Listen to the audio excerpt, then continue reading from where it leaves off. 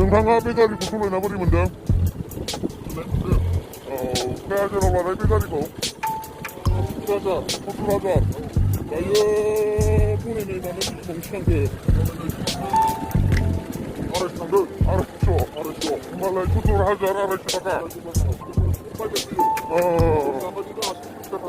와, 개발 먹을 줄 내가?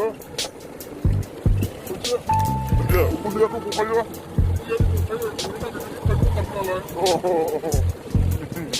회장은 능나는 강한 소리 나네. 오, 토마토 하나무라 놀래요.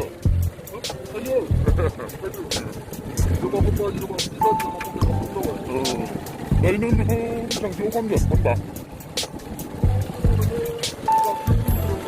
오늘 사가요 오늘 뭘 사가요?